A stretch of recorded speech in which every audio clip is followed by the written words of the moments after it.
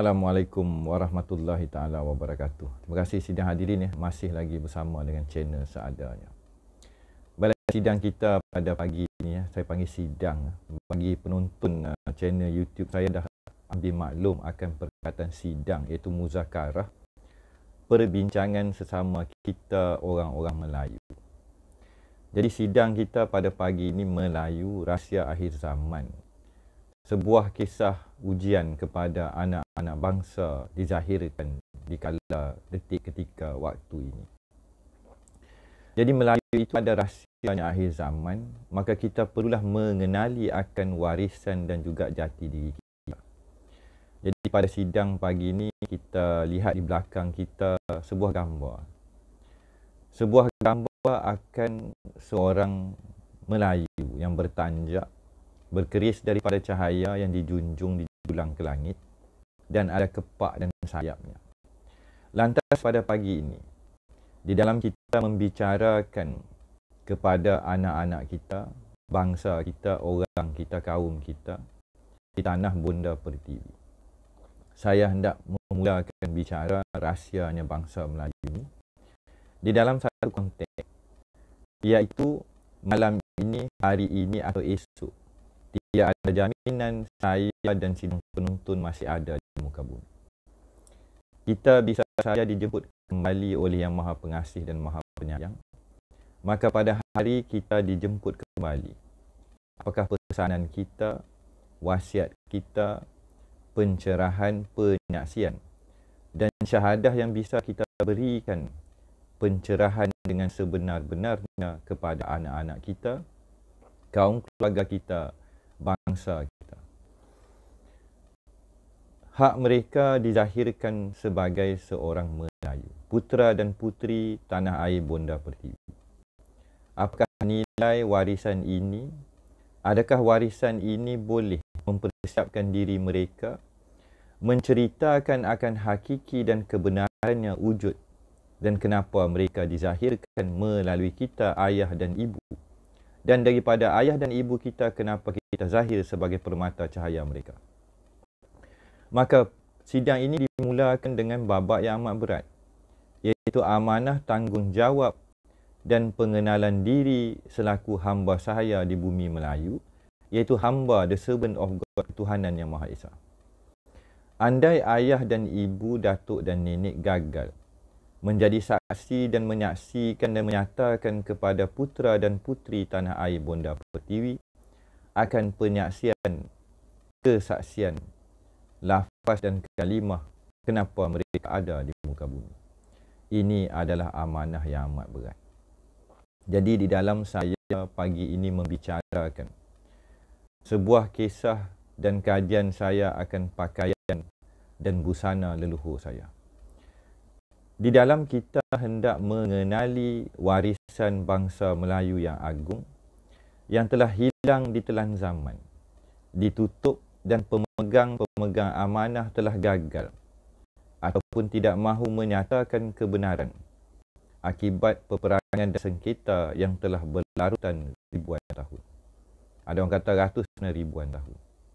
Dan telah bermula daripada sejak generasi pertama anak-anak Adam di muka bumi.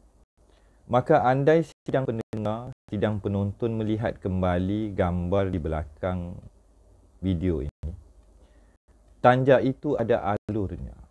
Tanjak itu akhirnya mengambil tenaga dan cahaya di dalam suatu simbolisme yang turun ke belakang tiang sulbi. Kepada tulang tunjang terasnya berdirinya seorang anak Melayu di pentas kewujudan alam beralam. Maka duka cita lah kan pada pagi ini. Ramai orang bertanjak. Ramai orang membuat tanjak dan busana. Tetapi tidak mengenali intipati dan ciri-ciri warisan tok nenek kita. Jadi bukanlah kehadiran saya hendak mendebatkan dan mengandalkan ilmu. Tetapi ramai terlepas pandang di akhir zaman. Tanda pengenalan diri seorang Melayu suatu zaman bila mencapai dewasa, iaitu dewa asa, mengenali Yang Esa Tunggal, itu tanda mengenali Melayu itu telah dewasa. Tanda seorang Melayu menjadi matang akhir balik adalah ianya Melayu itu telah mencapai makam tauhid. Kefahaman yang tidak ada galang ganti dan titik noktah Esa, Asa, Esa Tunggal. Dewasanya seorang Melayu tidak lagi syirik, tidak lagi pening, tidak lagi cacar merba, tetapi telah mengenali intipati serat-serat benang dan persalinan dan lapisan-lapisan diri. Maka duka cita lah pagi ini kan. Ramai klaim Melayu tetapi tidak memahami bahasa Melayu. Tidak memahami the rite of passage of the Malay. Tidak memahami akar dan tunjang jati diri hatta di pentas Nusantara. Maka ritual ataupun the rite of passage ahli kitab yang kita definisikan mengenali Tuhan ataupun pencipta yang satu. Maka sayang ada sa, ada yang. Satu yang itu didahulukan di dalam menyayangi alam beralam.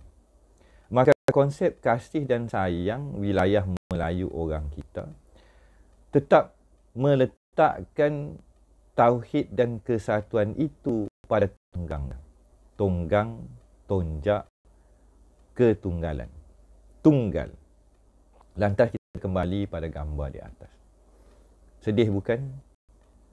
2023 bila terlalu ramai orang membicarakan akan Melayu, tetapi mahkota Melayu, ikatan kepala, tanda jati diri bangsa kita ini telah hilang ditelan di zaman. Jadi buku saya Rahsia Sepersalinan Orang Melayu telah ada. Kini saya tampilkan kembali bagi memulakan suatu titik pengenalan diri kepada anak-anak bangsa.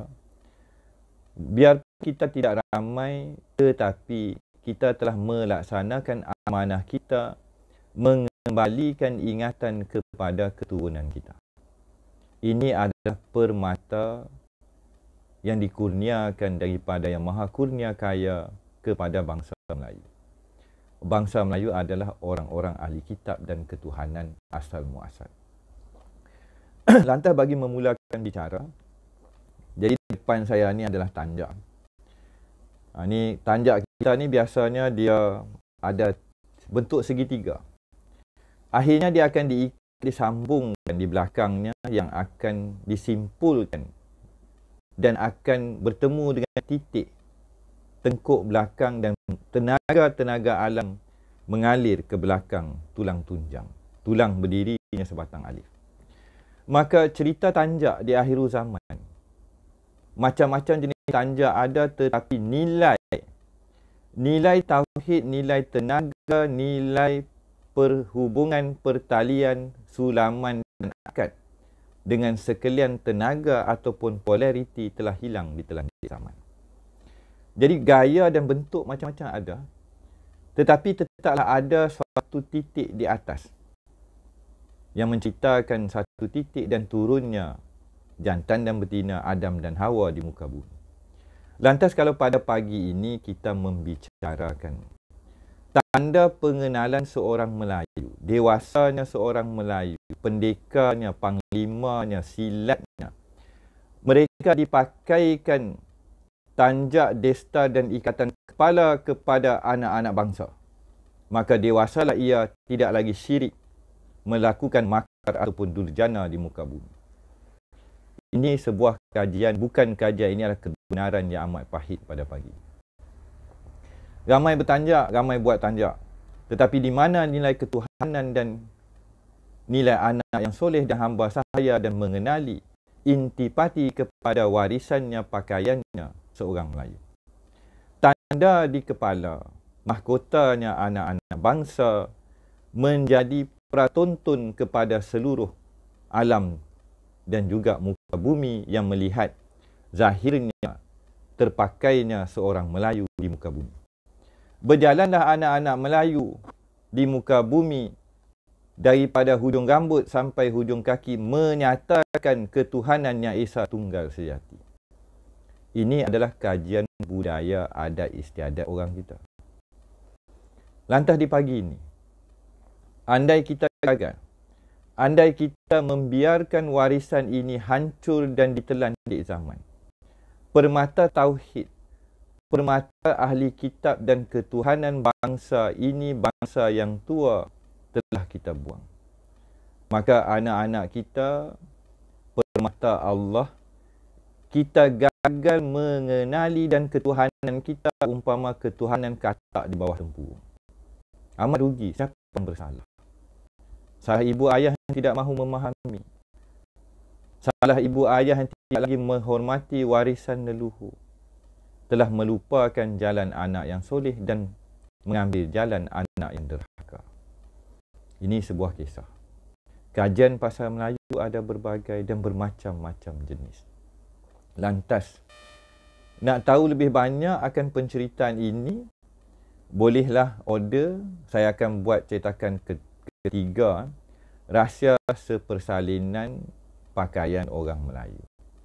Jadi di belakang ini adalah gambar sebuah pusara di Melaka. Dikatakan orang pusara ini terpalit dengan peristiwa Teluk Tapang. Masih lagi diperdebatkan, adakah ini makamnya seorang panglima dan juga pejuang akhir zaman yang telah mempertahankan bumi Melayu dan kepulauan Melayu daripada serangan Belanda satu ketika dahulu. Siapa yang pernah hadir ke pusara ini bolehlah kan mengomen nanti kata ni pusara siapa. Saya tidak mahu menimbulkan perdebatan buat masa ini. Tetapi tertera di pintu makam ini, pusara ini, bentuk segitiga terang jelas nyata. Tanda rahsia Melayu mengenali asal muasal kejadian manusia di muka bumi. Jadi andai kita ziarah, andai kita masih lagi buta, pekak dan tuli, tiadalah kita dapat mengenali siapa yang dipusarakan di situ, dimakamkan. Bagi orang Melayu tidak ada kematian. Kematian itu hanya pada pakaian yang kita pakai. Jiwa, ruh dan intipati sebuah kehidupan ini kekal abadi sepanjang zaman. Di dalam patah-patah perkataan, tak akan hilang Melayu di dunia, di muka bumi oleh Datuk Laksamana Hang Tuah. Ni tanjak yang dia pakai kat movie ni pun sebenarnya tidak mengikut SOP Melayu. Jadi, bagaimana hendak kita membicarakan akan nilai-nilai kemelayuan bila mana teras dan the rite of passage, iaitu skala seorang anak Melayu dianggap diiktiraf menjadi dewasa dan boleh memutuskan peribadinya tidak lagi merujuk kepada ayahanda dan bonda kerana anak itu telah mencapai makam yang sama dengan ayah dan bunda. Ayah dan bunda telah menitipkan, memberi sepenuhnya ilmu dan kefahaman yang paling penting, ketuhanan dan pakaian Melayu daripada hujung rambut sampai hujung kaki, dan setiap lapisan wujudnya diri individu Melayu itu meletakkan, memahami unsur api air tanah dan semua pakaian dan sulaman bangsa Melayu, menyatakan, mengisytiharkan, menjadi cerminan akan tauhid yang sejati. Ini baru cerita pakaian luaran, belum cerita keilmuan, intipati, jiwa dan raga. Dan sudah semestinya tidak akan Melayu hilang di dunia. Lantas kita pergilah kepada buku Rahsia Puteri Gunung Ledang yang telah menimbulkan konflik baru-baru ni. Malah ada juga pemegang amanah Gunung Ledang telah memanggil saya dan saya dihadapkan. Kenapa Tok Fauzi sembang pasal Gunung Ledang? Tok Fauzi tahu tak apa tu sejarah Gunung Ledang? Perang Saka, Perang Anunnaki dan alien. Inilah dunia Melayu sidang pendengar. Tersilap kata saya dipersoalkan. Maka kita perlu dihadapkan. Saya akan dibicarakan. Saya akan dihadapkan dengan yang dikatakan pemegang amanah wilayah Melayu. Maka silakan ini adalah sidang muzakarah dan perjuangan kita mengembalikan hak bangsa kita zahir batin dan ketuhanan, supaya anak-anak bangsa kita tidak akan tersesat, tidak lagi gila, bingung, pening berkenaan dengan ketuhanan Raja sekalian alam ketika ini ataupun masa hadapan. Orang Melayu boleh melihat masa hadapan. Orang Melayu boleh menilik. Ini bukan ramalan, ini kefahaman alam beralam intipati. Sebuah kisah yang mana di akhir zaman dunia Melayu dituduh difitnah, dikatakan sesat, bid'ah, gila, rewang, animistik, minta tolong dengan jin. Tidak sama sekali. Dewasanya seorang Melayu tidak melutut kepada sebarang makhluk di jagat raya.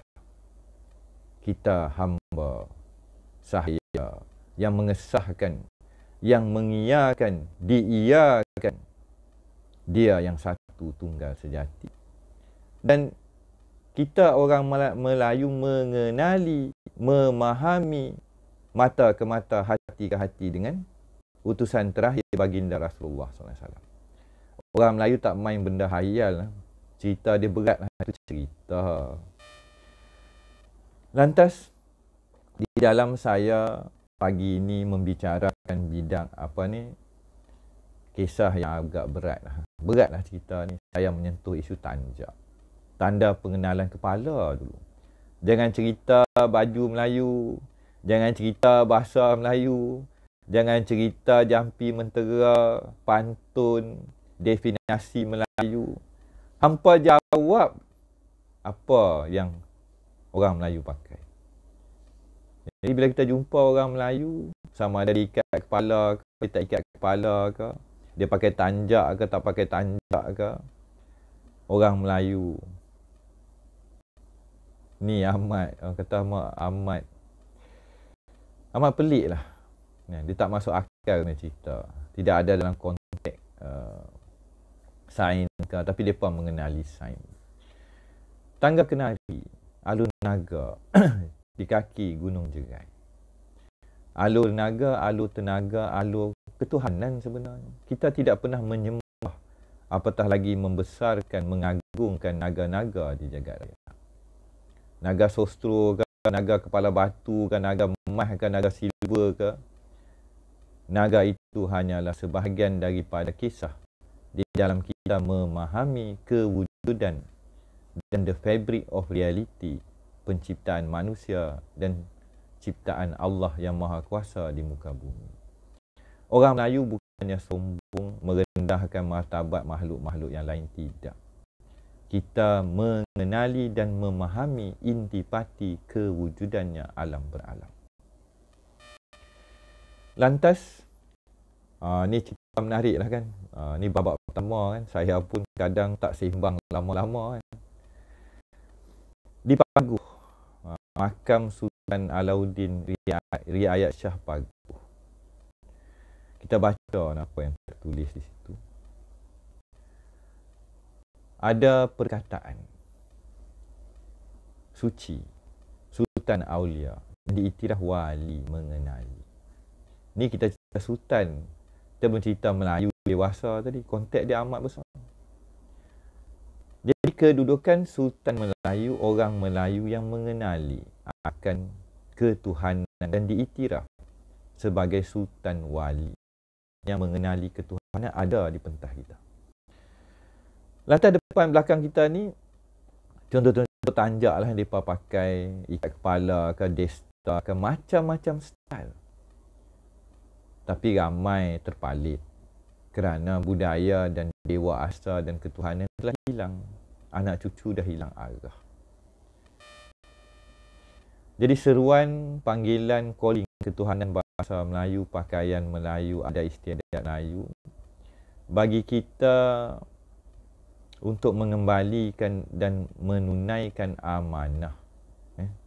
Amanah kita selaku abang, adik, kakak yang tua-tua dan ayahanda bonda, ramai daripada kalangan penonton dah jadi ayah dan ibu. hak anak-anak permata cahaya mata Melayu ini perlu dikembalikan. Kita bakal dipersoalkan.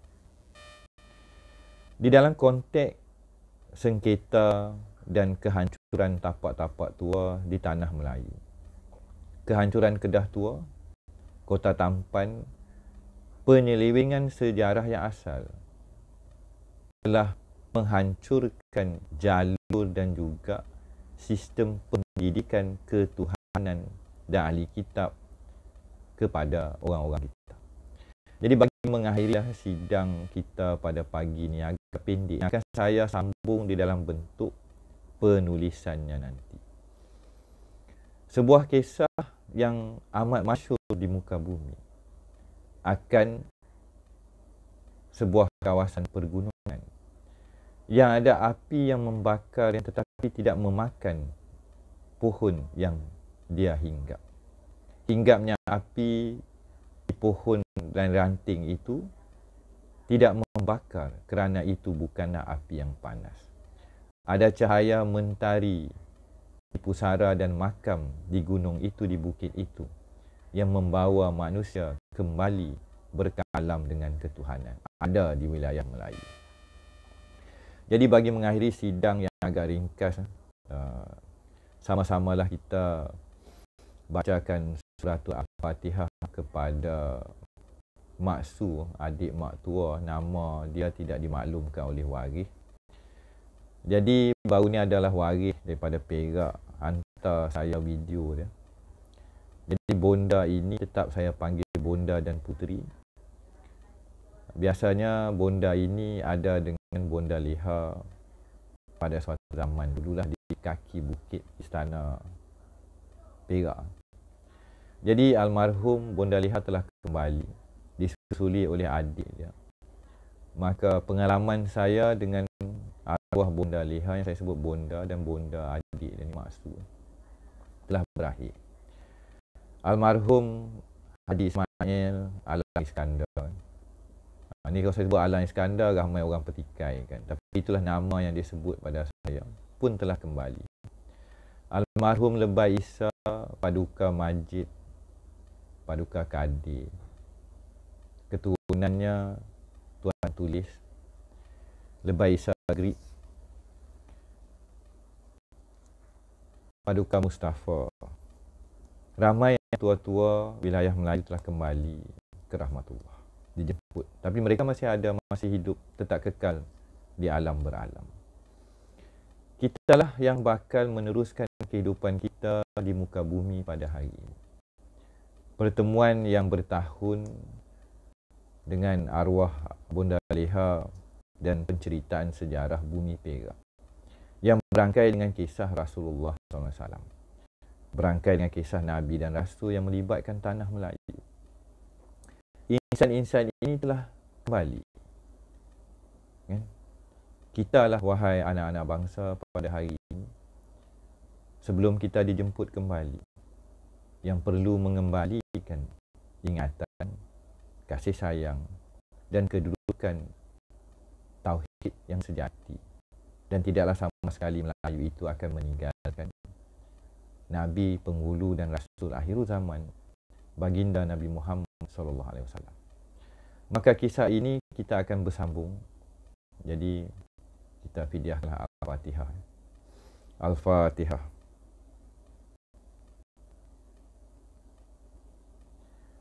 Baik, bagi yang berminat, bolehlah PM akan buku Rahsia Sepersalinan Pakaian Orang Melayu dan juga buku Rahsia Gunung Ledang yang bakal dicetak dan keluar minggu hadapan. Wabillahi taufiq wa hidayah. Assalamualaikum warahmatullahi taala wabarakatuh.